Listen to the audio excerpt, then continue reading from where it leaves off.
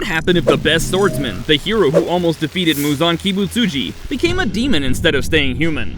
Will the Demon Slayer Corps really be able to beat him if he turns evil? Could Yoriichi, with all his power and skills, rise as the new Demon King? What if his change of form changed the fate of the Earth? Well, I found 3 theories that could explain what would happen if Yoriichi turned into a demon.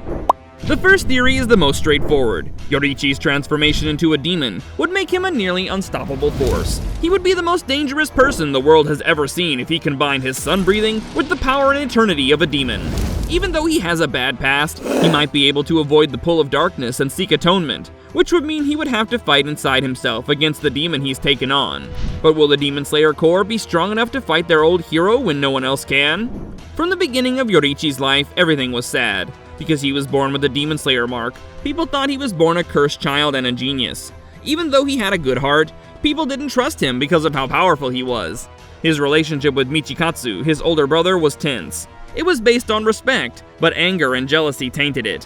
When Yoriichi fell in love with Uta, a kind and loving person who made him very happy, bad things happened in his life. Their happiness didn't last long because a demon killed Uta and their unborn child brutally. This terrible event made Yoriichi join the Demon Slayer Corps and dedicate his life to killing demons.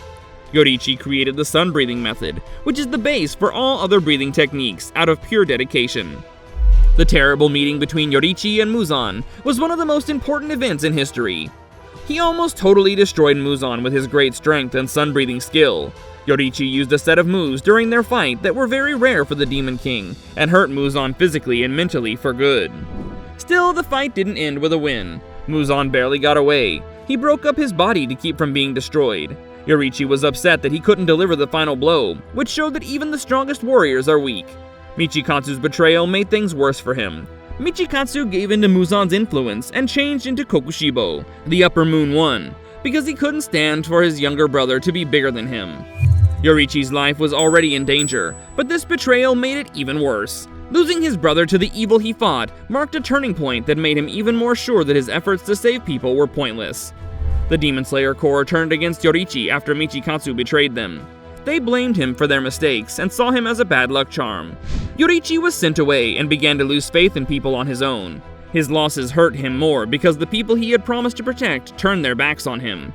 Yoriichi's despair got worse, and his strong sense of right and wrong started to waver when he was sent away. He was the only one who could feel the slowly darkened heart. Things were about to change in an amazing way when Muzan ran into him again. Imagine that Yoriichi took Muzan up on his offer to join him after giving up hope. Not out of greed or desire to be in charge, but as a strange way to break the loop of pain. Now that Yoriichi is a demon, he would be so strong that not even Muzan's enemies could stop him. He would be a nightmare for everyone. The stresses in the story are shown by this descent into darkness. Could people find a way to beat their most powerful guardian, who had turned into a terrible enemy? Muzan makes Yoriichi a deal to turn into a monster because he can feel how powerful he could be. Muzan thinks that the change won't take all of Yoriichi's great power. He thinks that by turning Yoriichi, he can make the best tool possible, someone who's stronger than he is. However, this plan comes with a big risk. Muzan could lose control if Yoriichi's power becomes too strong for the process. How awful would it be if Yoriichi could keep his human mind and all of his evil powers at the same time?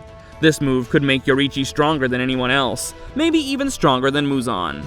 This is a very heated argument. Muzan wants an ally, but might end up making his hardest opponent. It's a surprise that Yoriichi's transformation works, because he stays aware even when he turns into a demon. He's much more dangerous than Muzan ever thought. His ability to control demons is stronger than Muzan's. When Yoriichi changes into a demon, he no longer loses his humanity, but still has full control over his mind. His will is stronger than any evil influence. Muzan sets up a fight between Yoriichi and Kokushibo, the toughest Upper Moon, because he's afraid of how strong Yoriichi is.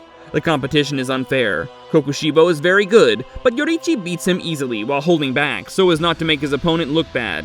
This victory proves that Yoriichi should be the new Upper Moon One.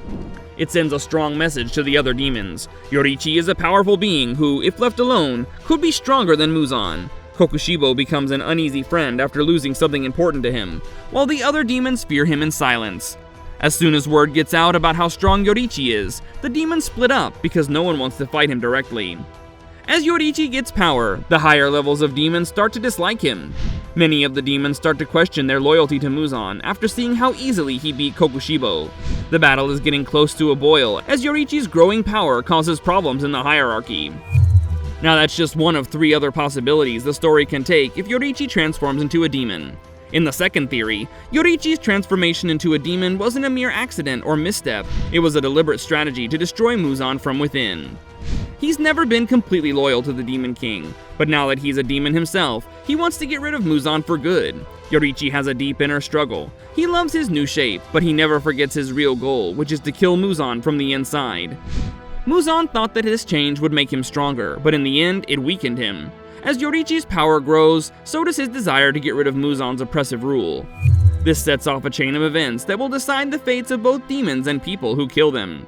The fight between Yoriichi and Muzan is more than just a great fight. Fighting to stay in charge with his ability to heal, Muzan can't beat Yoriichi's unwavering strength and better ways of fighting. The fight is getting worse. Overcoming Muzan's ability to heal himself, Yoriichi hits the Demon King over and over, slowly killing him. Once Muzan realizes the danger he's in, it's too late. He tries to run quickly, but it's too late. To end Muzan's reign of fear for good, Yoriichi gives him one last blow, which breaks his immortality. It's Yoriichi who becomes Demon King after he drives Muzan out and takes control of the demons. His way of leading is both strategic and harsh. Instead of trying to find the blue spider lily like Muzan did, Yoriichi directs the demons' attempts to get rid of the Demon Slayer core. His tactical mind guides the demons on an unending attack, exactly aiming at the slayers who are still alive. When he has power over demons, they become more organized and vicious, and they hit with deadly accuracy. Yoriichi's cold and planned leadership makes sure that no one can get away from him.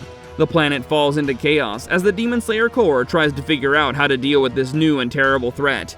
Now that Yoriichi is in charge, the Demon Slayer Corps is in the most danger. Because some members of the Corps can't handle the stress, they flee or give in to fear, which leads to widespread betrayals among the demons. The demons are more united than ever, and they think it's a terrible idea to attack the Corps. Those who are still committed to the cause fight hard to keep their place, but the demons are stronger than they've ever been under Yoriichi's rule.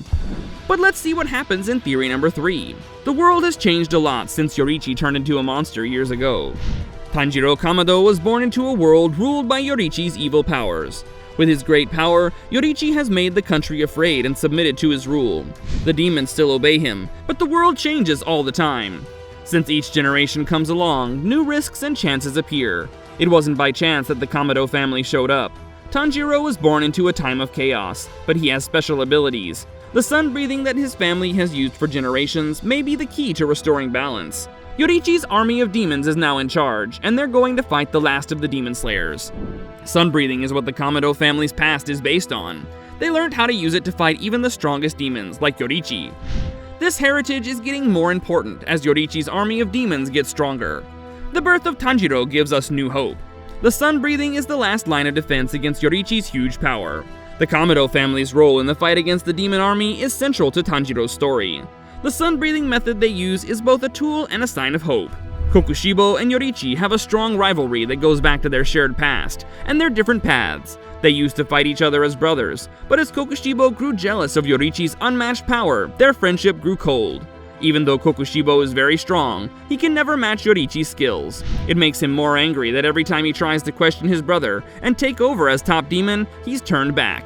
Kokushibo's envy is made worse by the fact that he thinks Yoriichi's better skills are due to unfair benefit rather than hard work. Now, imagine Yoriichi's journey not just as a battle against demons, but as a deep internal struggle to maintain his humanity. This is a story about kindness in the face of betrayal and charity in the face of unending sadness. He didn't want to kill his own brother Kokushibo because he wants to keep his soul, and he doesn't want hate to define him even as he gets stronger. Still, Yoriichi's story is just a small part of the huge world of Demon Slayer. Did you ever think about how the story might have changed if he had made a different choice before? What might that have done to the Demon Slayer Corps? Well, that's it for this video. What do you think? Let me know in the comments. In the meantime, you can check out this other cool video that's appearing on your screen. Click on it to see.